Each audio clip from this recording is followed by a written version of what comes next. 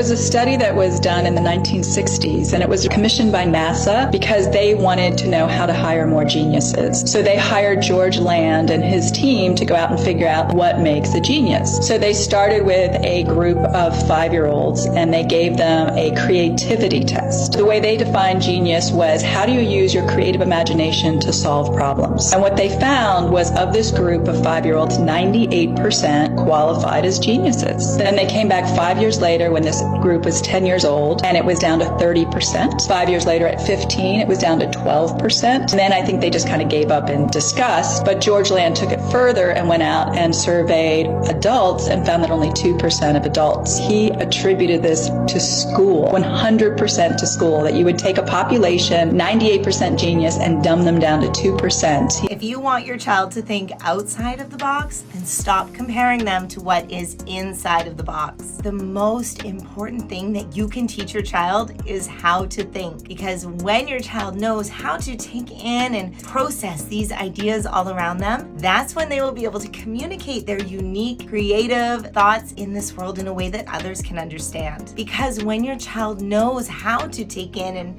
process these ideas in their own way, then they can share their creative and unique ideas in this world. If you want to know how to teach your homeschooler critical thinking, then follow me for more information.